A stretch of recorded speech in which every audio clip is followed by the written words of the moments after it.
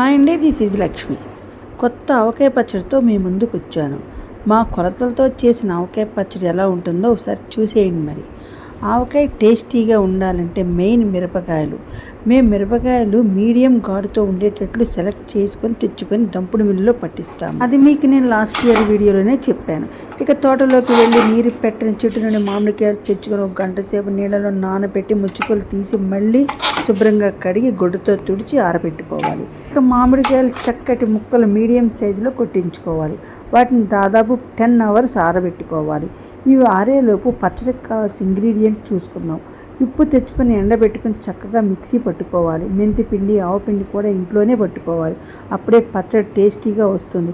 ఇక వెల్లుల్లిపాయలు అయితే చక్కగా ఒలుచుకొని సగం దంచుకొని మిగతా వాటిని కలుపుకోవాలి.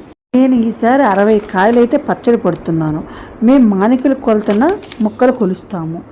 ఒక మానికకు 2 గిద్దెల కారం, అంటే నాకు 12 మానికల ముక్కలు వచ్చినాయి. అంటే దాదాపుగా కొంచెం తక్కువగా 3 కేజీల కారం వేయాలి.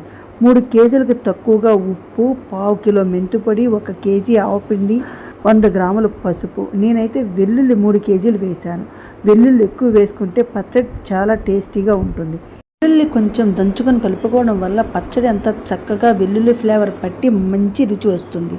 చాలామంది ఆవాలు, మెంతులు పొడిని ప్యాకెట్స్ రూపంలో తెచ్చి పచ్చడిలో కలుపుకుంటారు. దానివల్ల పచ్చడి మంచి రుచి రాదు, ఎక్కువ కాలం నిల్వ కూడా ఉండదు. మామిడికాయలు కూడా ఒక చెట్టు కాయలు మాత్రమే వాడాలి. ఆ చెట్టుకి నీరు పెట్టకూడదు. దానివల్ల కాయలో వాటర్ ఉండదు, ముక్క మెత్తబడదు. ఇక అన్నీ ఒక పెద్ద గిన్నెలో వేసుకుని మొత్తం కలిసే విధంగా కలుపుకొని నూనెలో వేసిన ముక్కల్ని మనం రెడీ చేసుకున్న మిశ్రమంలో కలుపుకొని జాడీలో వేసుకోండి. జాడీ అడుగున కొంచెం నూనె వేయండి. జాడీలో పచ్చడి వేసాక కూడా కొంచెం నూనె వేయండి. ఎక్కువ వేస్తే ఉప్పు కారం కలువవు. ఈ వీడియోలో చూసిన విధంగా చేసేయండి. ఇక జాడీలోని పచ్చడి 3వ రోజు చక్కగా ఇలా తిప్పుతూ కడుపుకోవాలి.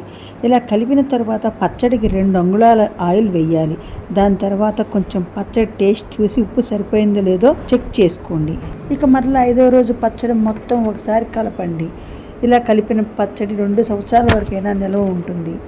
ఈ పచ్చడి చాలా రుచిగా, చాలా టేస్టీగా ఉంటుంది. పచ్చడిలో అన్ని కొలతలు సమానంగా ఉంటే పచ్చడి టేస్ట్ చాలా బాగుంటుంది. మీరు ఈ విధంగా ఒకసారి ట్రై చేసి చూడండి. ఓకే ఫ్రెండ్స్, మీరు ఏ విధంగా పచ్చడి పెట్టారో ఒకసారి కామెంట్స్ రూపంలో తెలపండి. థ్యాంక్స్.